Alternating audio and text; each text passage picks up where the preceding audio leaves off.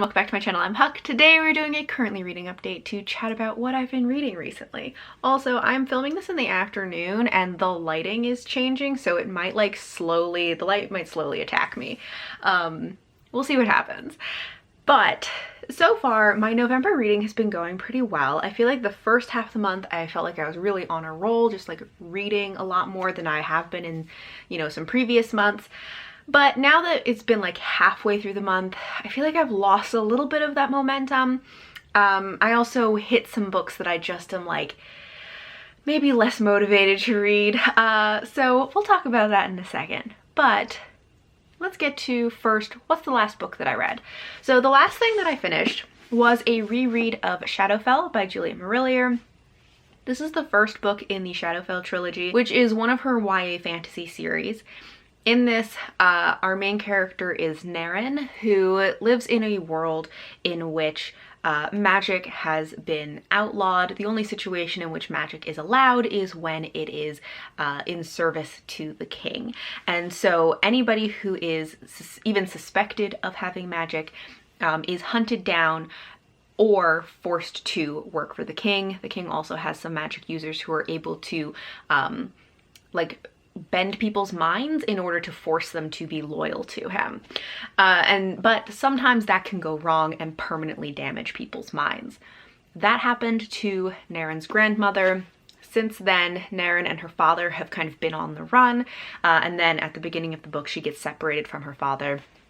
And so Naren goes in search of Shadowfell, which is this essentially like a rebel group that she has heard of but doesn't really know anything about. And so she sets off trying to find them and getting aid from the fair folk, or the good folk, I think they call them in this one, along the way, but also having to hide the fact that she is able to communicate with the good folk. I have been wanting to reread this because I've only read it once when it first came out, and I didn't really love this trilogy when I first read it. I found it a little bit boring, but I wanted to give it another try because it's been a while since I read this. I think that I read this first probably around 2015-ish, so it's been a while and I don't remember a lot about it, so wanted to give it another try.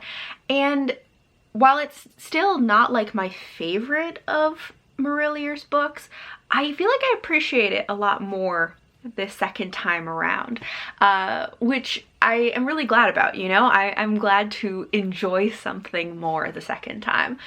It does, this first book is a lot of travel, which is something I don't love because most of it is really just her trying to make her way to Shadowfell.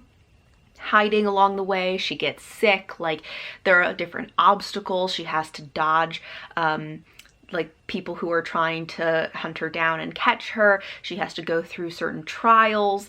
There are all kinds of things, but it's a lot of traveling, which is not always my favorite thing.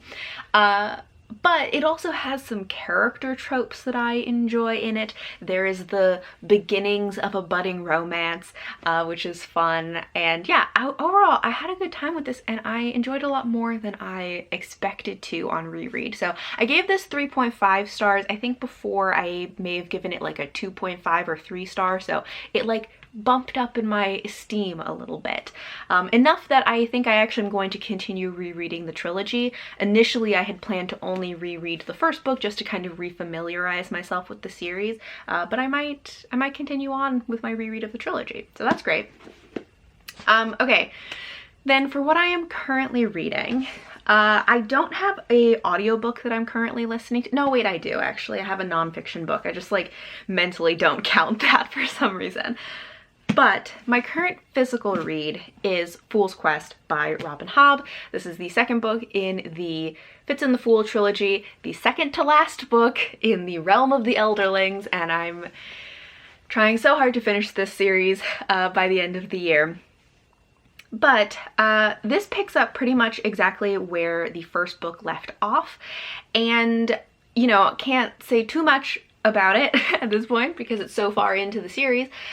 But I really enjoyed the first book in this trilogy, and kind of knew that this one may not work as well for me because the first book had almost no plot to it. It was very much just set up for the rest of the trilogy. This one is getting more into the actual plot of the story. And that plot just like isn't doing it for me, which I thought may be the case, but I was trying to go in it with an open mind. I feel like my main issue with the plotting of this is that there is an event that happens at the end of the first book and kind of beginning of the second book that like we know as the reader what happened there, but then the rest of this book, at least so far, I'm about 40% of the way into this, so you know there's still like half a book for other stuff to happen, but this first 40% of the book is essentially just following Fitz as he is trying to figure out what happened in that event. And so it's just like incredibly slowly waiting for Fitz to catch up to the information that we as the reader already know, and it's just really boring. Now, I think that, you know, there are things like I understand why it is taking him a long time. I also think that, you know, if he had just like dashed off and been like, I immediately know what's going on, I'm gonna just like dash off with no information, that would have also been frustrating. So I'm not necessarily saying that like it's wrong for the book to be structured in this way, and yet I also am very bored.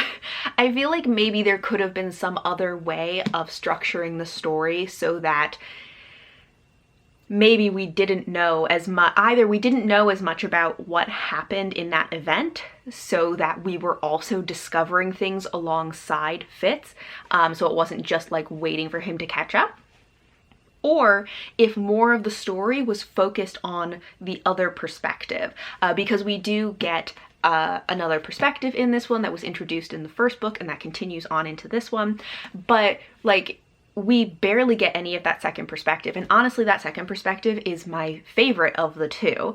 And like ratio wise, it's like for every like 10 Fitz chapters there's one very brief chapter about this second perspective, and I feel like the story, I would be much more interested in having the majority of the story focus on that second perspective and then have little glimpses of Fitz trying to piece together what happened, instead of focusing all of our time on him. But as per usual, you know, I think that Robin Hobb and I just have a difference of opinion about what is interesting in a story and where to focus attention in a story.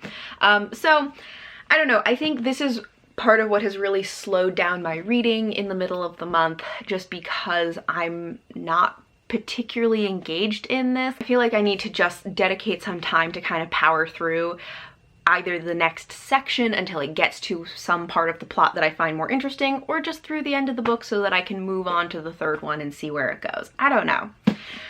Okay, so that's what I'm currently reading.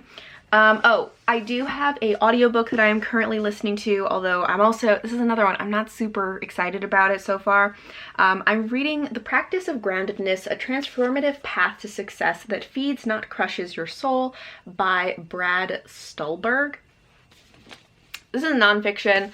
I feel like the title kind of says it all about, it's sort of self-help about managing your relationship to work, I guess. And I've read the first 2 chapters so far, so like also maybe have to reserve judgment at this point, but also one that I'm not having a great time with. I just am not finding it very engaging so far. The concepts that he's talking about are things that, one, I'm already familiar with some of these, and 2, I feel like the depth with which he goes into them is not enough to really be useful. So maybe this would be a good kind of cursory overview of other concepts that you would want to dive more deeply into, but I don't think that this book can like stand on its own as something that is really useful and actionable, to me at least. I don't know. Also, with this kind of thing, whenever I read nonfiction that is about your relationship to work, about burnout, things like that, I feel like they kind of always come from a perspective of, well, because we're all like type A hyperachievers who burn ourselves out because we just want to do everything all the time, we have to figure out how to like manage this. And honestly, like, can't relate. I'm not a type A personality. It just gets kind of repetitive, and I wish that they would take more of an approach of just a more balanced perspective instead of assuming that everybody relates to their work in the same way and that everybody relates to it in this like hyper intense type A way.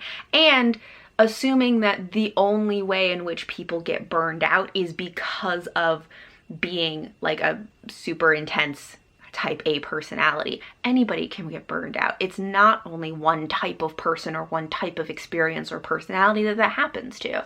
And most people have work that they do and have some type of relationship to their work.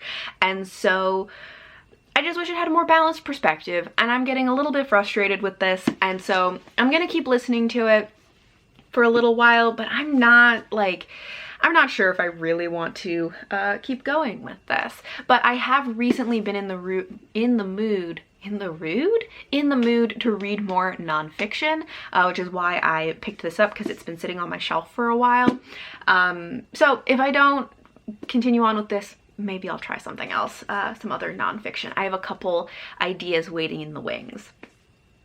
Okay, so as for what I'm going to be reading next, I think that my next fiction audiobook might be Ravenflight by Juliet Marillier, because this is the second book to Shadowfell, and as I was saying, my reread of Shadowfell went better than expected, and I'm thinking I might continue on with the series. So might be listening to the audiobook for the second book, and then after that, I'm thinking for my next physical read, I really wanted to get to The Lions of Al-Rassan before. I wanted to read this in November. However, it is taking me longer than anticipated to finish Fool's Quest, and so this may end up going into December, but I think that this is probably going to be my next like large read. I might read one or two shorter things in between just to kind of give myself a rest between long fantasy books, but I'm not quite sure what those are going to be at the moment, so this is kind of my next big read after Fool's Quest. All right, so that is my update on what I have been reading lately. I'd love to know, how is your reading going? How is the first half of November for you? How are you feeling about your reading in the second half of the month? Let me know. Tell me all you want to tell me in the comments below. Thank you all for watching, and until next time, bye.